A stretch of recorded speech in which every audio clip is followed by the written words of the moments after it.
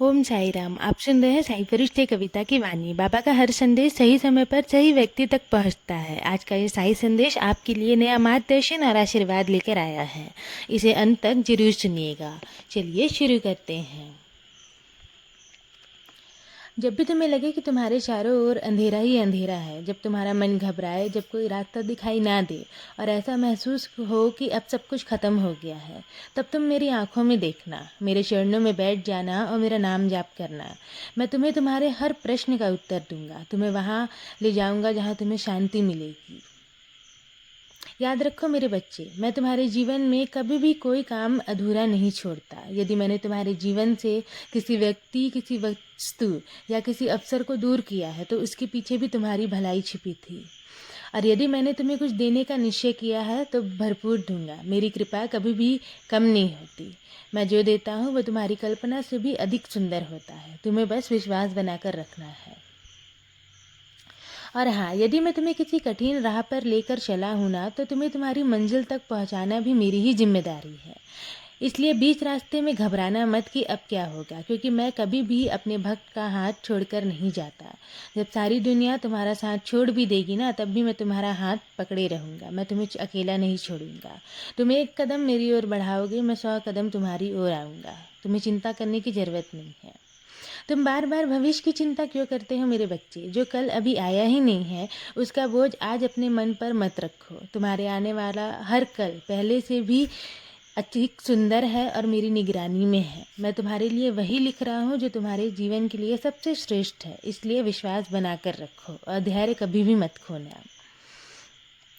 और हाँ, जो लोग तुम्हारे साथ बुरा करते हैं, तुम्हारा दिल दुखाते हैं, तुम्हें नीचा दिखाने का प्रयास करते हैं, उन्हें ना कुछ भी मत कहना। अपने मुख से एक भी कठोर शब्द मत निकालना। उनके लिए मन में घृणा भी मत रखना। उनका न्याय करने के लिए मैं स्वयं पर्याप्त हूँ। मैं सब देख रहा हूँ और सब सुन रहा हूँ। कोई भी कर्म मुझसे छिपा नहीं है। समय आने पर हर व्यक्ति को उसके कर्मों का उचित फल जरूर मिलेगा।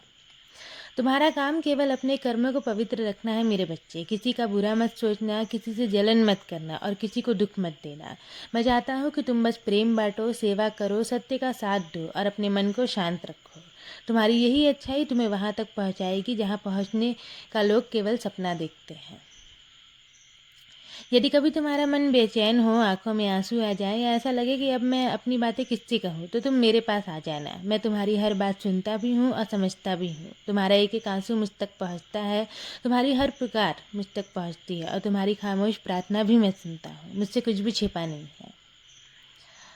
और मैं तुम्हें ये बता दूँ कि तुम्हें ना किसी के सामने भी हाथ फैलाने की ज़रूरत नहीं है। मैं तुम्हारा मित्र हूँ, तुम्हारा सखा हूँ, तुम्हारा माता पिता हूँ और तुम्हारा भाई हूँ और तुम्हारा सच्चा सहारा हूँ। तुम जिस भी रूप में मुझे प्रेम से पुकारोगी ना, मैं उसी रूप में तुम्हारे पास दौड़ा चला आऊँगा। मैं कभी भी अपने भक्त को अकेला नहीं छोड़ता।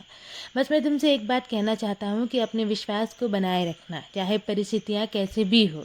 जब तुम्हें लगे ना कि सब कुछ बिखर रहा है, तब समझ लेना कि मैं तुम्हारे जीवन की पहले से भी अधिक सुंदर कहानी बनाने की तैयारी कर रहा हूँ। इसलिए किसी भी बात की चिंता मत करना। सब कुछ ठीक हो जाएगा मेरे बच्चे।